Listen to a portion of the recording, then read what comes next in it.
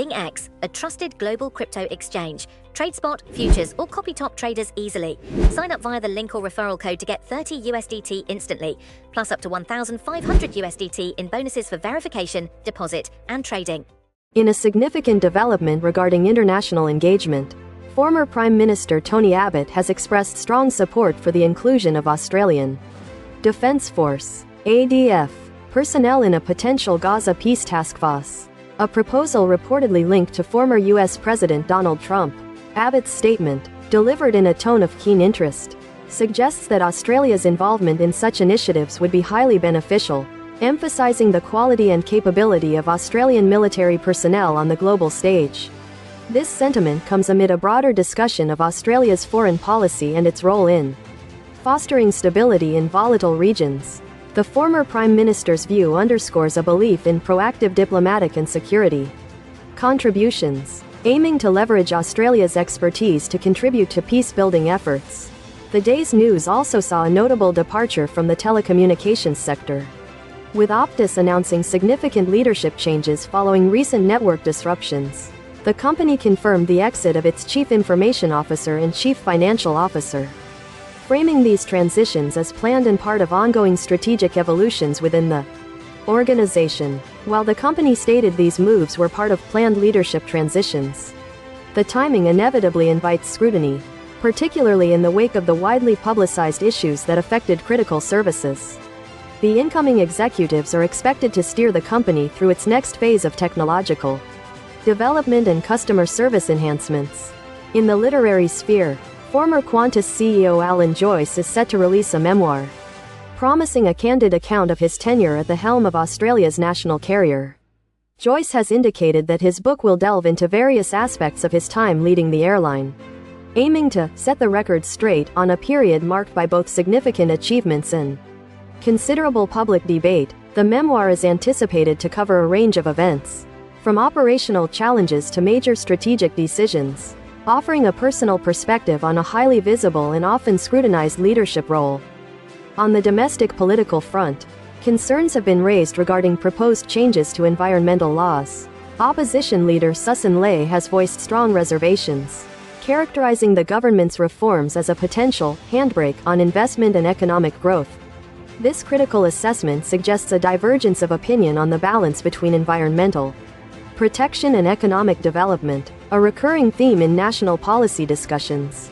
The coalition's stance indicates a need for further persuasion and potential amendments before any legislative support can be anticipated, highlighting the complex negotiations involved in passing significant environmental legislation, further illustrating the dynamic nature of Australian politics.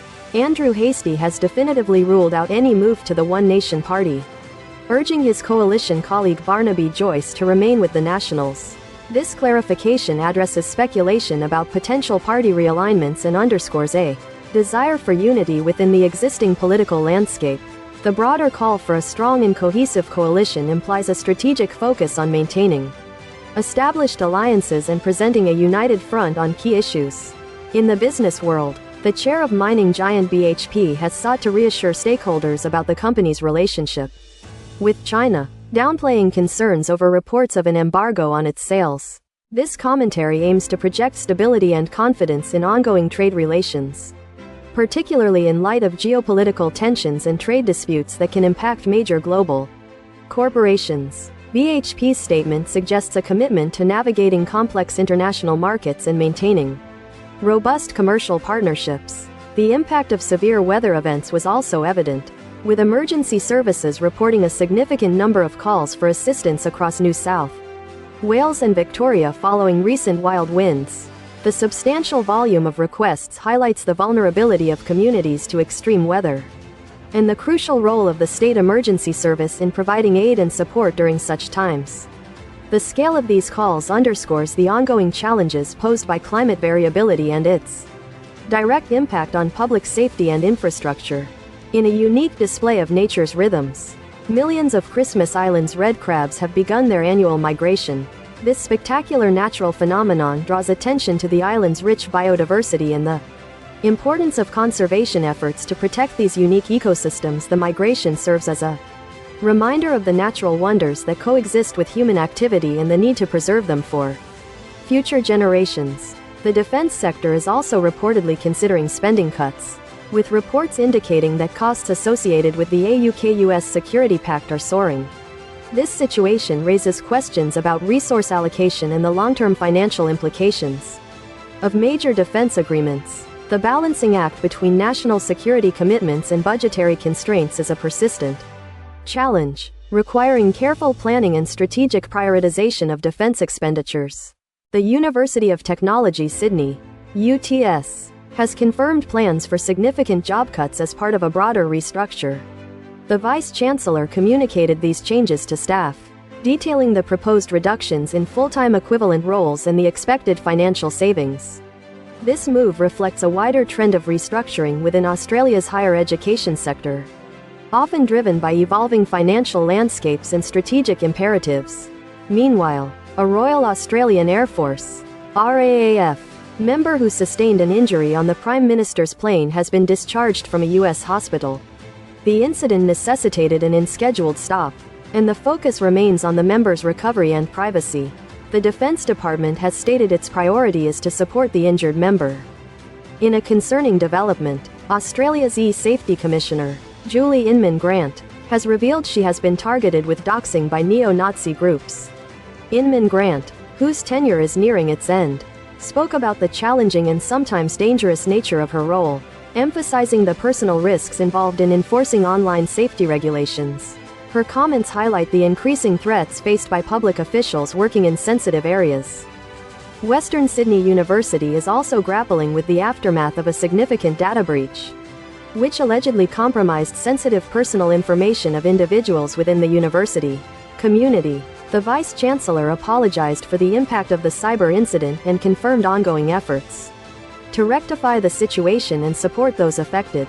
The university is cooperating with law enforcement agencies as the investigation continues into the alleged malicious intent behind the breach. Additionally, an estimated 50,000 older Samsung devices are slated to be blocked from mobile networks within the next month due to an inability to connect to emergency services under specific circumstances. This measure is a consequence of federal legislation aimed at ensuring all devices can access 000, highlighting the evolving requirements for telecommunications technology and the need for consumers to keep their devices updated. The Greens have voiced strong criticism of a framework agreement between Australia and the United States on critical minerals, characterizing it as a photo-op deal with former President Donald Trump.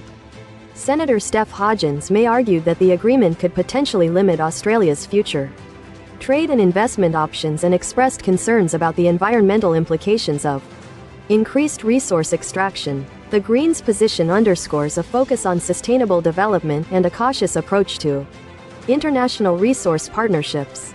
Finally, the Albanese government's efforts to reform federal environmental protection laws are facing significant hurdles. The coalition has joined the Greens in criticizing the proposed changes, leaving the government without a clear path to legislative passage in the Senate.